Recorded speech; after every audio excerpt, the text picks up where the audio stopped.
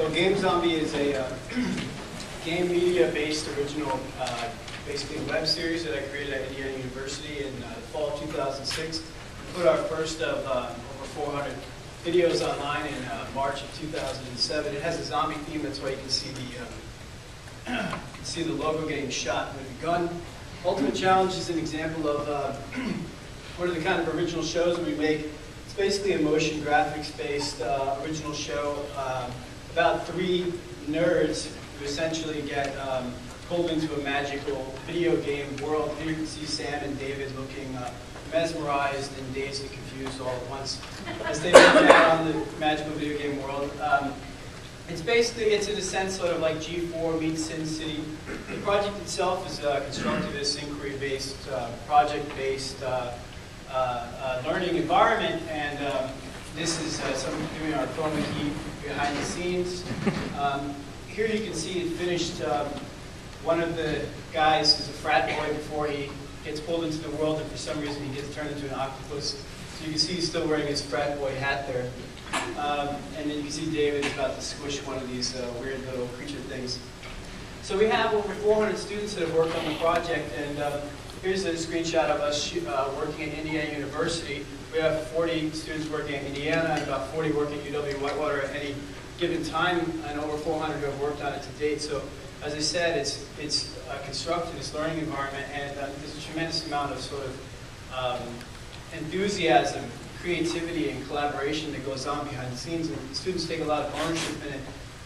It looks like they're all working together, and they are, but they're also broken into teams.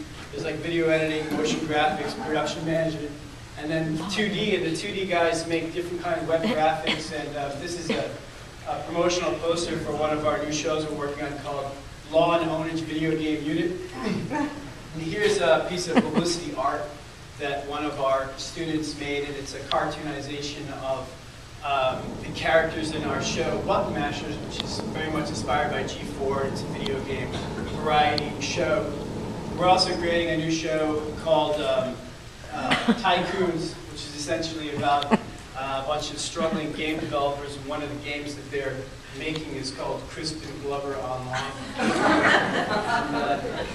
Our bread and butter really is that we go around to game conferences around the country and shoot interviews with game developers. Here we are interviewing Clint Hawking, who's the director of Far Cry 2.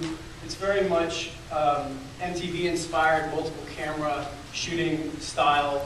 This is us interviewing Chet Falasek, who's the writer of Left 4 Dead 2. He tells us in this interview that the story of Left 4 Dead 2 is zombies, more zombies. And we can proudly say we're the first game media outlet ever to chainsaw Cliff Bleszinski with his own Lancer. Cliff Bleszinski is the design director of Gears of War 1, 2, and 3. And he's really a pleasure to work with because he likes to ham it up. And so after we chainsawed him, that guy back there is Dom, who's the voice of Dom in the game Gears. And once we treated it in post, we had blood, sound effects, etc. And then look for that one on YouTube. It has over 90,000 views, and that's us chainsawing Cliff. I inserted this because I wanted to show you the amount of work that the students are doing. It has over 40 layers of audio. This is an edit that one of our editors did, and you can see that he worked really, really hard on it. And this is an example of the motion graphics that we do. This guy is about to throw, Bowser is about to throw a fireball. This is a piece called Mario Chaplin that's essentially as if D.W. Griffith was to direct the great battle of Mario versus Bowser. And of course, where would we be without an interview with Sonic the Hedgehog? Here he is seeing a psychiatrist because apparently he's addicted to speed.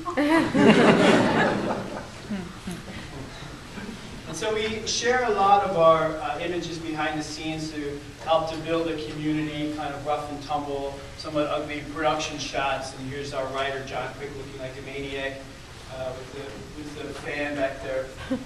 We've shared it to Facebook, Flickr, etc. And here it is when it's all finished, and so it's in 1080, blue screens with 3D particles kind of floating upward.